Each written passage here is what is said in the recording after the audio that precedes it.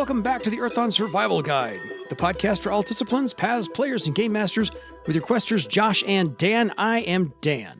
I am Josh. And on today's podcast, we will be discussing more things trollical, and we've actually got one quizzical thing to get to. We have one email from one listener who just found us for the first time. Welcome, Chris. And I'm going to read his email title, There's an Earthdawn Podcast? Holy shit! I just discovered your podcast, and I've been playing and running Earthdawn since 1994. I even helped Living Room Games Playtest 2nd Edition. My name should still be in the playtest credits, Chris. Wasn't a huge fan of 2nd, but found Red Brick by digging through the internet trenches, and was in communication with those folks during the production of Classic Edition. I went by the online handle Shady Dragon, if I recall correctly. I've been running a hybrid version of Classic and 4th Edition campaign for almost 6 straight years now, and I've even created automated Google character sheets. Good on you, Chris. Love you guys for doing this, and if you ever want a guest who considers himself a master in all Earthdawn lore, I'm just an email away. Chris. Well, Chris, says the master of Earthdawn lore. I'm calling you a master of Earthdawn lore. I mean, look, there's me, there's the Council of Joels. Lou. There are a few of us out there. Admittedly, Lou may have forgotten more things about the lore than I ever sort of knew in the first place. It's actually been kind of amusing reading his reactions to the episodes that we've been doing lately on the horrors, because he's like, oh yeah, I forgot about these guys. Because there are several of the horrors in there that really don't have any reference or appearance anywhere else. Yes. And never really factored into the broader setting development. He mentioned actually in his response to the episode that dropped today about Osvat and the Tempter, about a adventure idea framework or something like that he had about, or that was in development, that was like floating around about Osvat and how one of its cursed items might show up in Yoruba and cause problems there, kind of thing. It's really cool. Yeah. But anyway, it has been many, many years, but I think I kind of remember Chris from the chat rooms and the early Red Brick, the early Red Brick days and whatnot. Yeah. So yeah, cool. Welcome. You have lots of content to get through. 170 some odd. 171 episodes as we are recording right now. Yes. Not to additionally count bonus content and various other things that are in there. Absolutely. But yeah, cool, great. The show's out there and it's continuing to go pretty well. Yeah, and we'll take all the new listeners we possibly can. So since you just found us, spread the word. And if you are listening and getting people into Earthdawn, spread the word. Yeah. About the game and the podcast. Game first, podcast second. We know it's important. We do. Speaking of that, slight side tangent here. Do it. This past weekend, I ran Earthdawn for the first time in a non-convention setting. I actually did. I think I had mentioned I was running a game for folks that was like running for about a year. Oh, yeah. Or so. But this was not online. This was actually in person with my current girlfriend and her family and my youngest. Got together and made characters. And man, I am out of practice helping people make characters. Fair.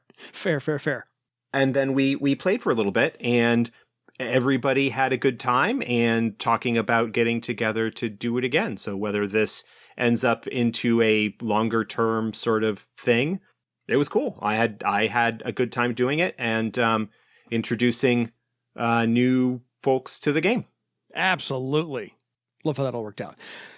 So if you have any questions for us, because Chris did, actually, he didn't really have a question. He just had a statement. Anyway, if you, I think his question was, how had I not heard about this sooner?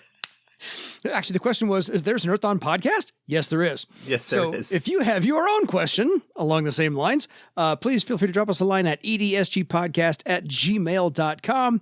We would love to hear from you, and we will, of course, read your email on the podcast. I can't call it the air because it's not live.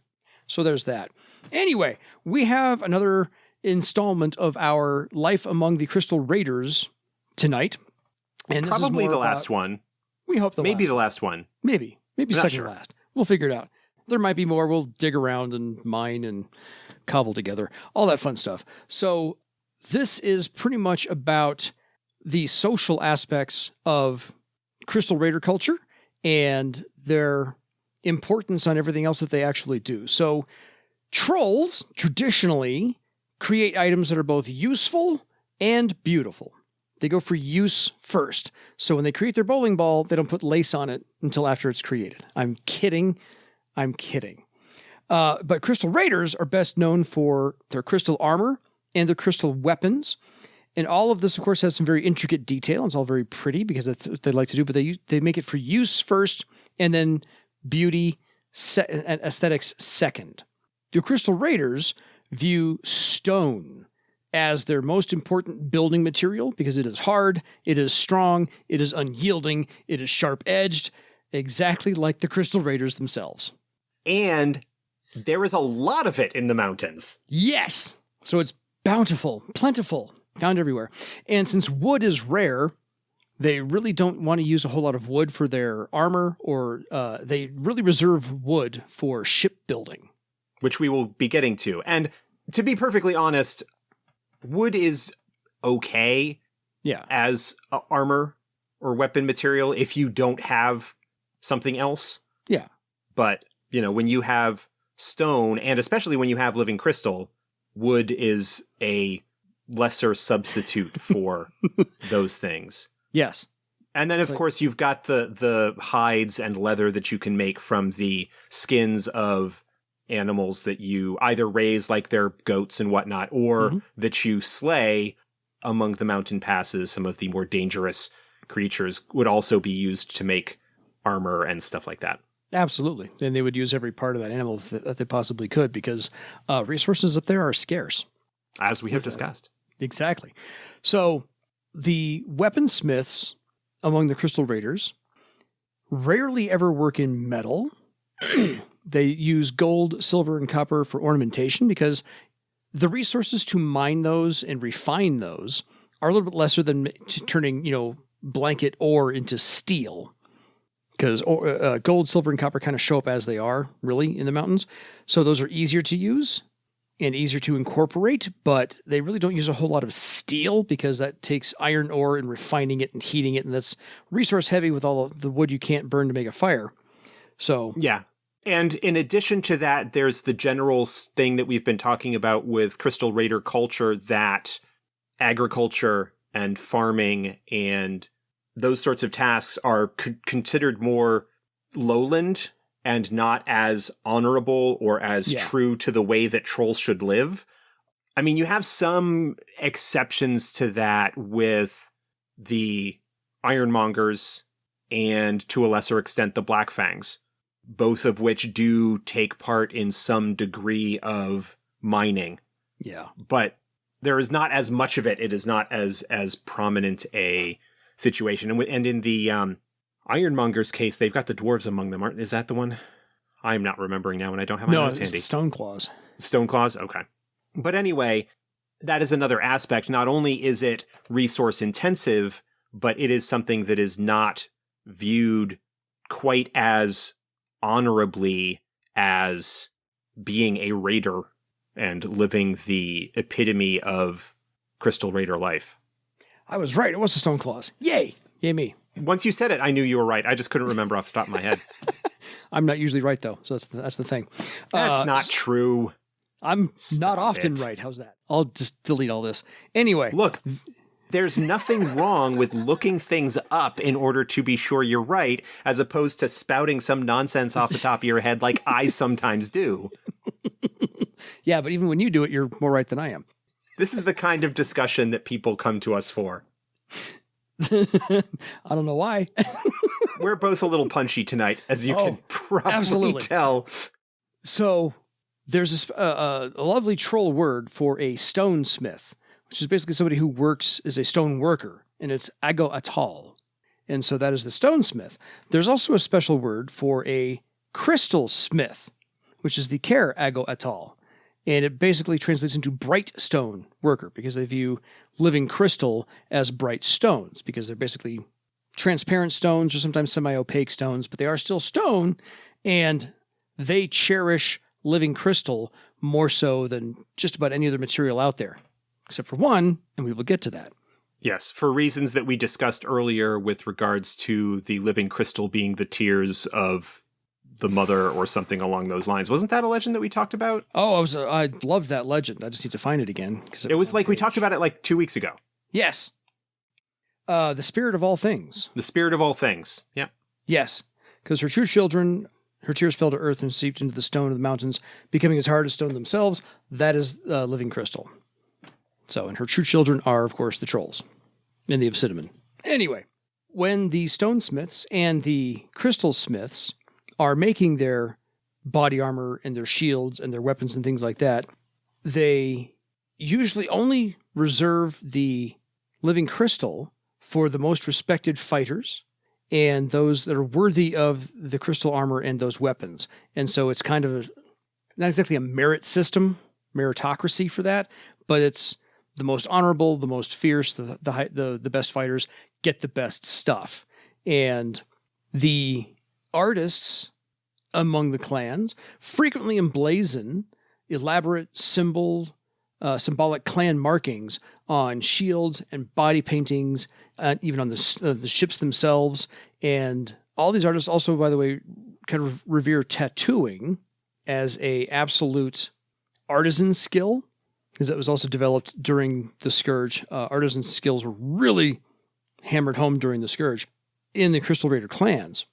But when they do the tattooing, the clan symbols sometimes are enchanted with blood magic and whatnot, and crystal magic, for strength or endurance for those fighters.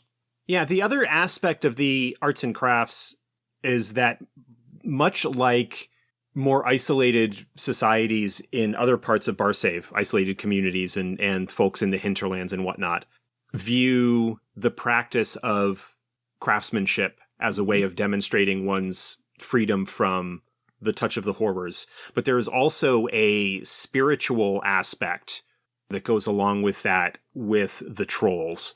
Yes. It is a spirituality. The troll term for it is Jar Arak. That it is as complex and perhaps even more mysterious than honor among the trolls. Yeah. Once they are explained, the concepts of personal, clan, and troll racial honor, they might seem strange, but they do have their own kind of internal logic about them. Yeah. But Jararak is much more philosophical and spiritual and internal and personal to a degree. And so it is that dichotomy that I think we had talked about with the trolls quite a ways back, where you've got this like fierce, aggressive, talking about the highland trolls primarily, but this fierce, aggressive, scream your name to the world to make sure it knows you're there kind of thing. Yes. In contrast to the quiet, contemplative, internal, reflective nature of working on an item, whether that's crafting a weapon or a shield or clothing or household items. That practice is the quiet, the counterpoint to that aggression. And so it is a very personal thing and not discussed or debated to the extent that honor is. In fact, sort of questioning a troll's connection to that idea can be taken as an insult to personal honor. Yes. Yeah, because Ararak is kind of like a Venn diagram of your religion, your philosophy, your artistic nature, your contemplative side. And so to your point, personal connection with the universe itself. Yes. And your place in it. And that's the internal dialogue or the internal monologue, internal monologue you have with yourself about your actions and your relationship to the world, the mountaintop, your family, so forth and so on, before you ever get to the honor, personal, clan, and race. So it's just as important a concept as the honor. And so to Josh's point, it's the balancing act on the teeter-totter there of your spirituality, Jararak, or your honor, and all three phases of that honor. Yeah, and I think the two are very strongly intertwined. Yes. But it is a much more personal practice, a much more individual practice within the greater framework of the cultural Crystal Raider Highland Troll milieu that is defined by honor, which is the broader cultural framework in which this all exists. There's the idea that, again, when we first talked about trolls like 2 years ago or 3 years ago, however long it was at this point. 100 episodes. The idea that they are the dual people. Yes. The literal translation into Throlic of their word for themselves is the dual people. Yeah. There is this dichotomy, this balance that exists in them that is kind of key to the Highland culture, is all kind of wrapped up in this idea. Yeah. And there is a almost stark beauty to the functionality of troll goods, that while they do decorate them with clan insignias or something that might commemorate an important event that this axe was used in, that they'll mark the handle or inscribe it in some way to do that, the goods that they make are to serve a purpose, and the fact that it is fulfilling its purpose in its own way is what makes it beautiful. Yeah. You're not looking at the elaborate, complex aesthetics that you might see from, say, Elven court art, which has a very different cultural framework that is built around it because of the idea among the elves that taking the time to make an item beautiful above and beyond its function is how you demonstrate your care and dedication to your craft. Yeah. That you have developed your skills to the point where it is almost the beauty itself that is the thing, as opposed to the trolls. And that can be an interesting cultural conflict or contrast that you could use, whether you're playing a troll that is like a Highland troll especially, but a troll that is encountering different cultural frameworks, and how they might react to that, or vice versa. Yeah. If you're a GM, and how you might present those kind of contrasting things. A troll might view a beautiful, elaborate set of, but talking about how they would view a beautiful high court elven fashion. Yes. Sorry. Or the kind of stuff that would be crafted or that would be at the table of a noble or wealthy merchant or something like that, where you have these really delicate and elaborate stuff that, to be honest, for a troll would be difficult because of their size and how often the world is not built for them. Yeah. And so something that is like an incredibly delicate champagne flute, a troll would find clumsy and not functional because they wouldn't be able to use it. It's so brittle in their hands. Yeah. It's pretty, but not functional. And trolls are all about function first and pretty second. The fact that that so much of what one finds beautiful or aesthetic or attractive is wrapped up in one's cultural trappings, in one's cultural upbringing, that kind of idea. Yeah. And again, adding a layer of verisimilitude, of reality and complexity to a people that early on in the game line are presented in a very simplistic, straightforward fashion. Yeah. Again, really, like we've talked about, I've mentioned this a lot, the depth of setting development and the complexity and variety that we encounter, even when looking at what would seemingly be a monolithic group. Yeah. The variety among the trollmoots. Totally. The variety among the different Tuskrang houses. Yes. You know, the issues that you have with the Orcish diaspora and Carafad and the different tribes that come together in addition to the quote-unquote city orcs. Yeah. How they are in the process of figuring out what their cultural identity is, both by exploring the past, having the opportunity to be back in their homeland and to be able to explore that history and discover it and figure out how that defines them and what that means for them, and how a lot of the conflicts in Carafad internally are all about the different groups who all have their own ideas about what it means to be an orc, to be a Karad. Yeah. And how that is something that Krathus Gron is having to navigate and juggle as the leader of this very young nation that is finding itself. Exactly. It's all really, really cool. But back to Trolls. That was a wonderful little sidebar, but I think very important and something to keep in mind when you are developing stuff for your own game, and how that sort of thing can drive story and interactions and conflicts and whatnot. And it's something that I try and keep in mind when I'm working on stuff, you know, to talk specifically, or not specifically about it, but to like wave in the direction of the Europa book. Yes. How that is a city that is developed on the foundations of multiple cultural backgrounds that have all come together in one place, and how that over the course of a generation or two has shaped what the city has developed into and what it might develop into in the future. Yeah. And what you can do with that. Well, if you didn't have that sidebar, I was going to say something to spur you on to have that sidebar, which is, I agree that not only in this book, the Crystal Raiders book, but in the Serpent River book and in the Thrall in the Thrall Kingdom book, that time was taken, effort was taken to expand upon all of these cultures and put as many facets, usable facets into them as possible, so that the Crystal Raiders just didn't come off like some big dumb brutes that all they do is conquer and thieve.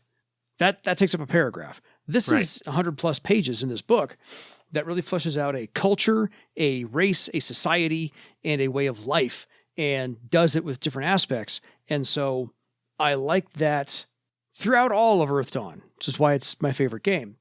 Time was taken to do that in spades across all these races, across all these cultures, so that the player would have a way in to say, this, my character agrees with this. My character, I want to play this aspect of it.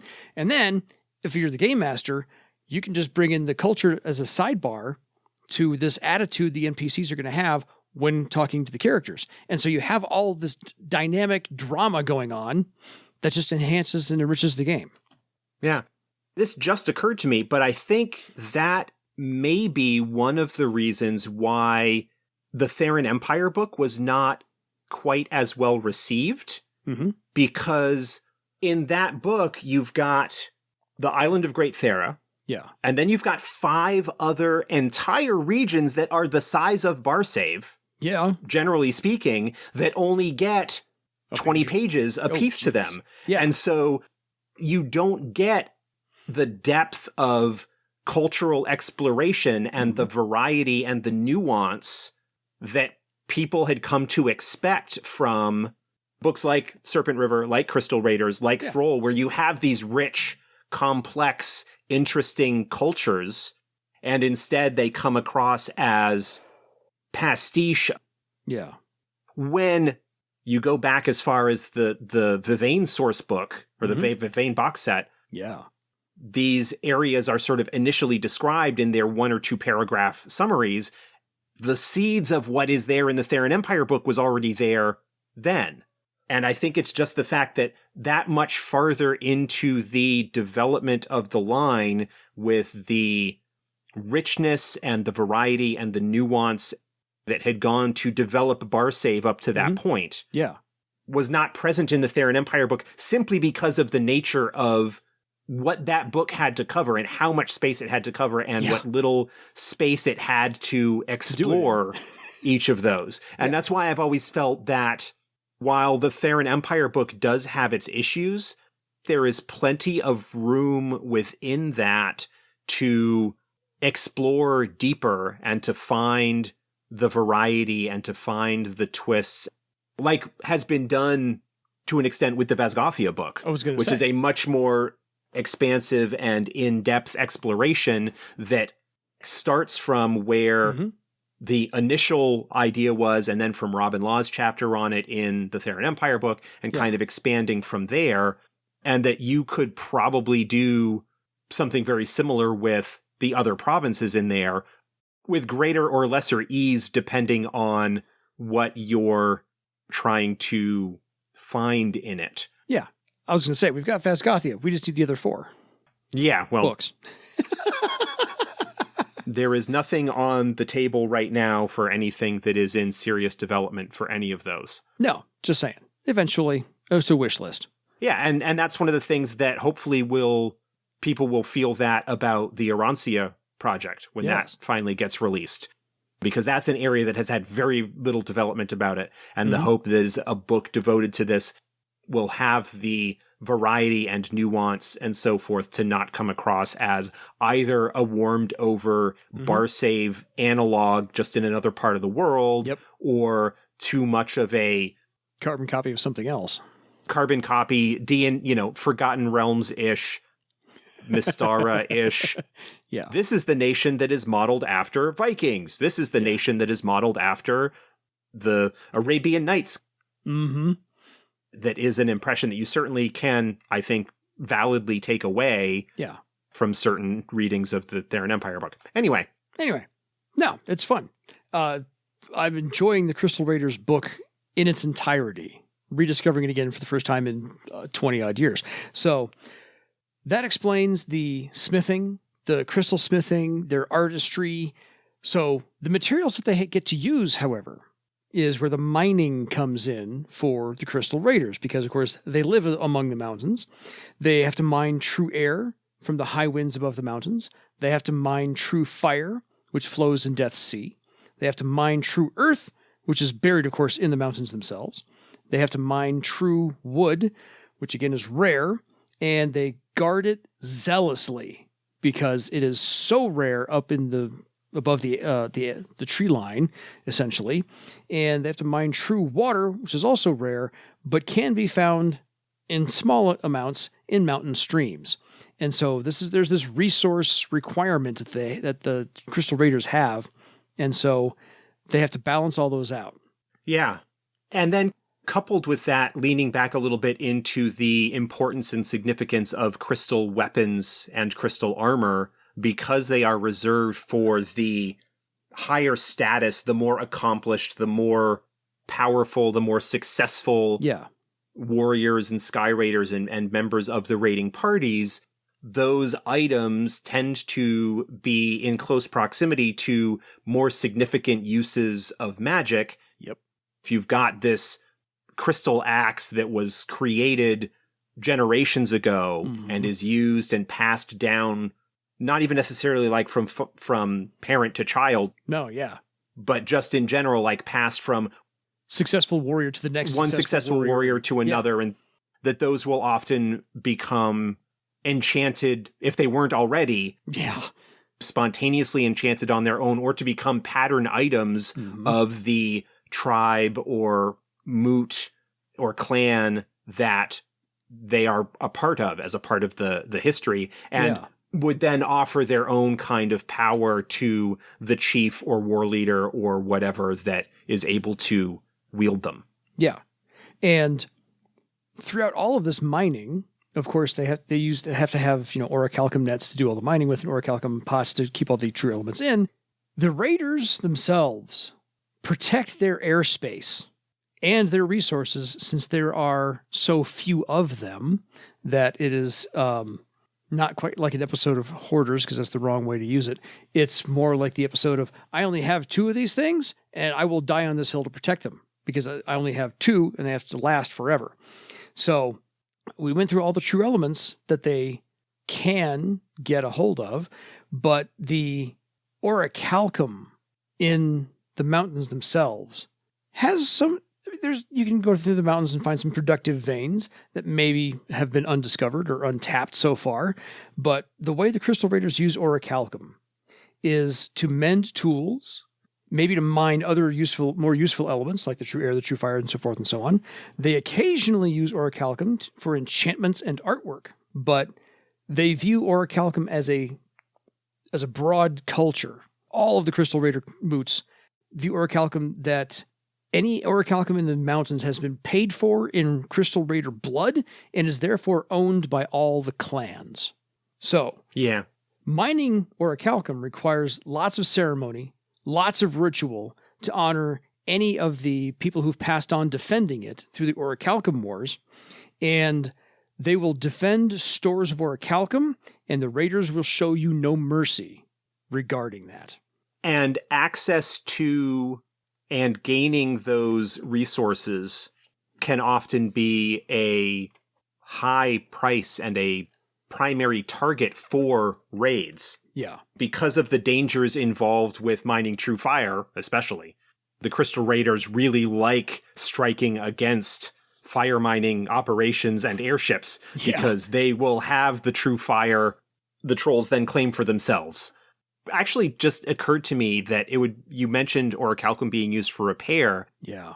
There's I think it's Japanese art of repairing objects with gold. Yes.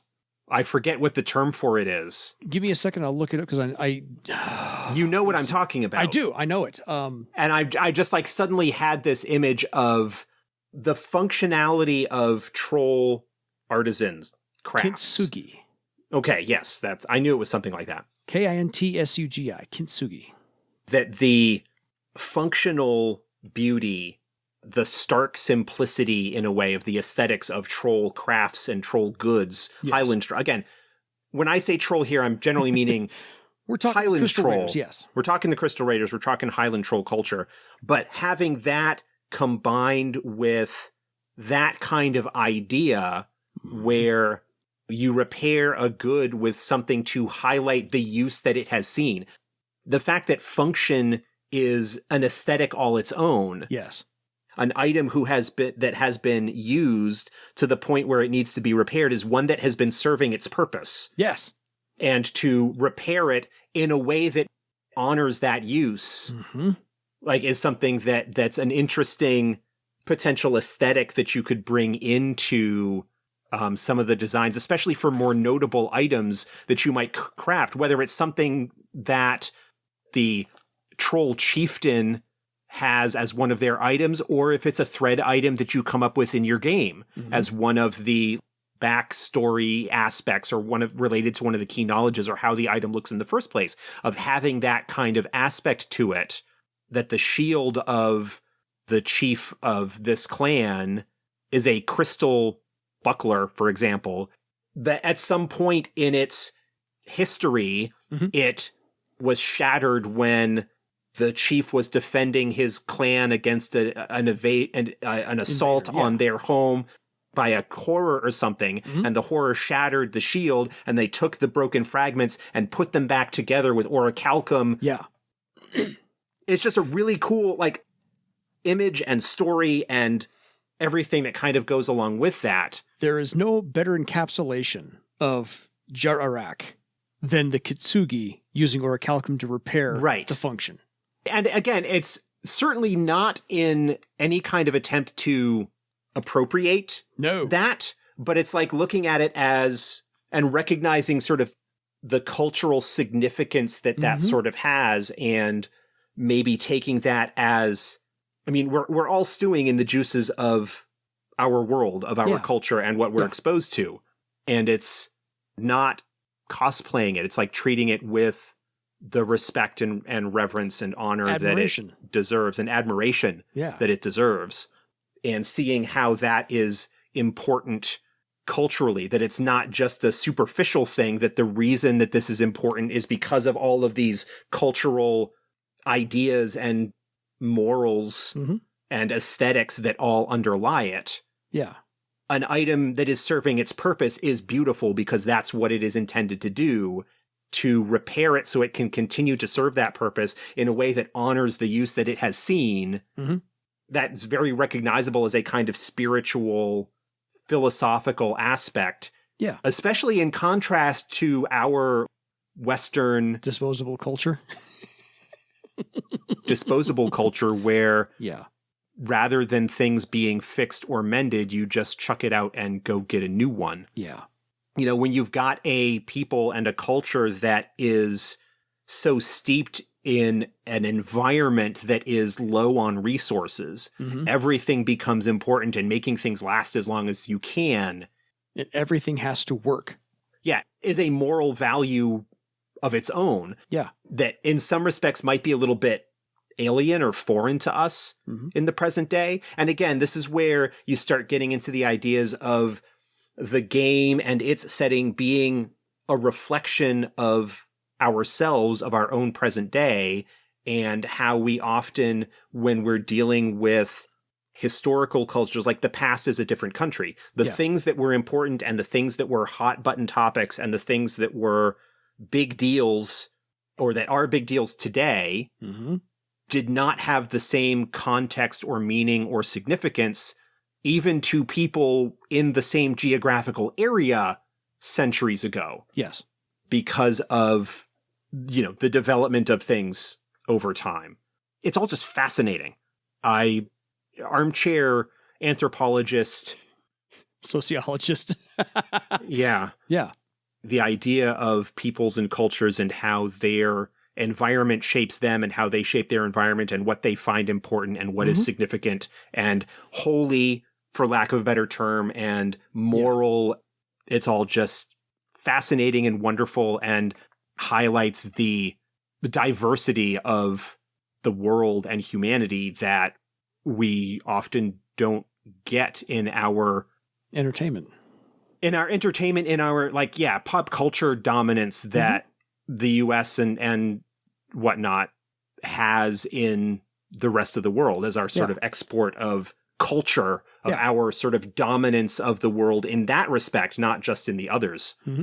No. I'm like, wow, I am up on my soapbox tonight, am I? We could almost just cut this in half and do the other half of the episode, just release this as a two-parter. No, because this all is within the context of troll culture. Like, this is all being inspired by troll culture as the jumping off point for all of this. And some listeners may find this absolutely dull and wondering why I'm going off on this. No, this is what this is part of why. This is what makes Earth Dawn Earth Dawn. Exactly. I haven't come across another role-playing game that goes this in depth. There are others. I know. I'm just saying I haven't come across one. But to go with this in depth on, for example, on the Tiskrang, on Crystal Raiders, on the Elves, on the Orcs, come on. Yeah, Glorantha is one example that comes to mind. That's the setting for the RuneQuest games and the various iterations thereof. Fair. Glorantha is a setting that has actually, God, if I remember correctly, first showed up in a board game released by the setting's creator back around the time that D&D was first coming out, like back in the mid 70s, early 70s. That's how long that setting has been around. And of course, developed by dozens of people over the years and just expanded. Added on to. So like that's another setting that if you want to get lost in the weeds in terms of depth and whatnot. So yeah, I mean, there are others out there. They just, like Earth Dawn, don't tend to be the big name ones that necessarily pop right into the mind of people who are not as steeped in gaming industry, game history and whatnot that I am. Well, or that other people are. And not everybody can know every game. However. Yeah. Oh, no, absolutely. Yeah. There's way too much. Way too much published material to know them all. Again, Designers and Dragons, 4 volumes. While it is focused mainly on the companies, that is a series of books that will give you a really good overview of the companies that have shaped the industry, both from its earliest days up to now at this point, 10 years ago. I did pick up 3 of those volumes. Volumes 2, 3, and 4. But yeah, really, really good and a good way to get an overview because it also talks about the settings and the influences and the cross-pollinations and all of that stuff. Yeah. Wonderful work, and I can't wait till he's finished his work on the next volume because I think he is working on it. Cool. Well, yeah, you should, because if they're all done by a decade, then the last one just ended. So a couple years ago. Absolutely. Back to the trolls. Back to the trolls. I didn't think we were going to get an hour out of this episode. We're going to get an hour and a half out of this episode and cut it in half. So we talked about all of their mining, their smithing, their creation of things. So what's one of the most important things that they actually create in their troll moots? Their airships.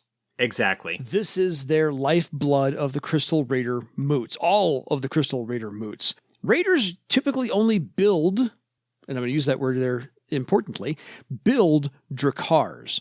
As we said, Black Fangs have a stone airship, but they have 3 stone it. airships. Yeah, they didn't build those. They absconded with those. They took those over. Did they? I thought that they had built them back in the early days, but right. They had lost the knowledge to make them. New one. Yeah. To build new ones. They can barely keep them in repair. They don't know how to create a new one. Right. So, typically speaking, nowadays, any of the Crystal Raider moots only build drakkars because they are sleek, they are sturdy, because they are built for speed and power. So, the stone airships are a different beast to wrangle as far as that's concerned. They're not as sleek. They are a whole lot more sturdy, but it's like driving a tank versus driving, I don't know, a court or a sports car. Yeah, I would say it's kind of like the difference between a World War II era Sherman tank versus like modern tank. Not a tank, but more like one of those armored like assault personnel Humvees. Carrier kind of thing, like a Humvee, like the military Humvees or that sort of thing, Fair. Where it's built not quite as much for durability, although they are, but for speed and maneuverability and the needs of the missions that it is going on. Totally. Because when they build drakkars, they build them in whatever size they need, but they typically kind of maintain their fleet. They don't really want to expand it a whole lot because that takes more resources than they actually have. So when they build a large drakkar or use a large drakkar, that is for a long-range raid. A lot of people, a lot of resources, long trip. Small drakkars are quick, short-range, like fighters, and for short-range raids. Other moots, down the hill, whatever the case may be. Yeah, and the drakkars, although while in the art there is an incredible variety in how they are portrayed. Yeah. And that's, airships in general. The art across the editions have shown quite a number of different ways that these ships could look. Broadly speaking, the drakkars are kind of inspired by / modeled after the Viking longships.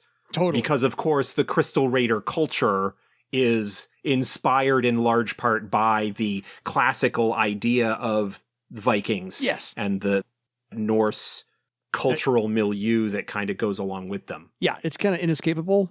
The parallel can be drawn rather easily. Look, the original promo flyers didn't call them Sky Raiders. I think they just called them Sky Vikings. Yeah. So yeah, I actually just picked up that promo flyer off of eBay. The inspiration is not really shrouded at all. No, it's pretty clear cut. So me living in a landlocked state, I don't usually go on boats a whole lot. Seafaring or otherwise, and I know I'm talking otherwise as in airships, and no one's been on an airship. So there are a few different positions on the airship. Not a Barsavian-style airship. They're exactly. Zeppelins and blimps and airplanes and stuff like that. Totally. But nobody has been in an actual flying boat. No. Big difference. I love the fact that the Crystal Raiders book has expanded upon exactly how these boats work, because I'm a details GM, and my players have made me a detail GM. They want to know how stuff works and can break and so forth and so on. So the helm directs the course of most of the drakkars by a steering contraption, steering wheel, and it pilots rudders in the back of the ship, which of course are like aerofoils, and they work like airplane wings and direct air currents to make you go up and down. Captain's wheel basically is for side to side. There's a lever for ascent and descent in the airships. So that is your 3-dimensional piloting. And speaking of artwork, the prow of all the drakkars is the leading edge, of course. And all Crystal Raider drakkars have a carved figurehead on them. These are usually some kind of a fierce beast, not like a sexy maidenhead woman usually on English pirate ships. These are all contain magic. The carvings do, the figureheads do, to enhance the performance of the ship, either for endurance or for speed or for armor, whatever the case may be. So The function of the figurehead, the carved beast figurehead, is to A, partially aesthetics, but B, it's enchanted. So therefore it enhances the ship. So it's that whole...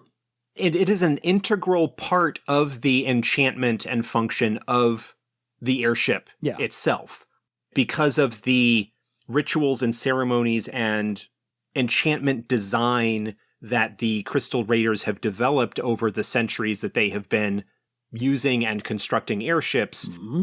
The prow, the figurehead, is an integral part of that construction. Yeah. And to not have that is in a way to alter the pattern of an airship itself, or what an airship is supposed to be, to, in a sense, kind of render it non-functional. Yeah. It is not something that is added on as an additional enchantment. It is part of the entire enchantment process that is what makes an airship an airship. Yeah. We're going to try not to get too much in the weeds on these, because we did an entire episode a while back dedicated to airships and riverboats. Totally. But there's just the general premise that the primary premise, the fundamental law, in a sense, that allows airships to work the way that they do is the law of similarity, where it is constructed to resemble a boat and enchanted to operate in the air in the same way that a regular boat operates in the water. Totally. You just need to have some extra stuff in there to allow for the three-dimensional ascent, descent. The rudders, the airfoils move the air currents the same way that the rudder on a boat manipulates the currents of the water and deals with the fluid there to steer it around. Totally. Yeah, the entire structure of the drakkar, when they create this, is woven with true air, including the sails, to get the thing buoyant in the air, of course, to decrease its weight in, so that it can be more aerodynamic and lighter through the air. The keel and the mast are woven with true wood for strength and flexibility. And to accept the enchantments that are required. Exactly. And the deck planks, this is the details part that I love. The deck planks are woven with true water so that they are fire resistant, because they will be fired upon with fire cannons, and fire burns wood rather easily. So they're enchanted with true water to make them fire resistant. I love this part there. So not fireproof, but to help them stand up against. Yeah. The Crystal Raiders ships are primarily powered by oars. A few have sails. The larger ones have sails. They will catch wind because at those altitudes, the wind is rather powerful, a whole lot more than it is closer to the ground. The motion of the oars combined with the willpower of the rower provides the magic to move the ships. Now, that's basically through most of the ships. The ones in Thera are actually using slaves under the power of spells to generate that willpower to move the ship. So, yeah, well, there's kind of two things going on here. The Crystal Raider drakkars and a lot of the Barsavian airships, the merchant vessels and so forth, the galleys and galleons that are constructed in Travar and Jarrus and Thrall and whatnot, all kind of operate on that law of similarity and the elemental magics and whatnot that have developed to allow that to happen. And so they resemble, at least to a certain extent, actual boats and behave mostly the way that boats typically do. Yeah. Theran vessels, the stone airships of the Therans, on the other hand, the vedettes are the ones that are sort of most boat-like, but they're still, even like that, I think more like barges than they are keeled sailboats or I agree. Galleys or anything like that. Yeah. But then you get into the Keelas and the behemoths, which... bricks. They are flying castles. They are flying mountains. Yes. That is like a demonstration of the Theran magical power. They have the magical might to basically defy the laws of similarity, physics. I put that in the laws of physics. Yes. To put that in scare quotes. Magical physics. They are powerful enough that they don't need to massage things with the law of similarity in order to get things to fly. They just have enough raw magical power through the result of sacrifice magic. Yes.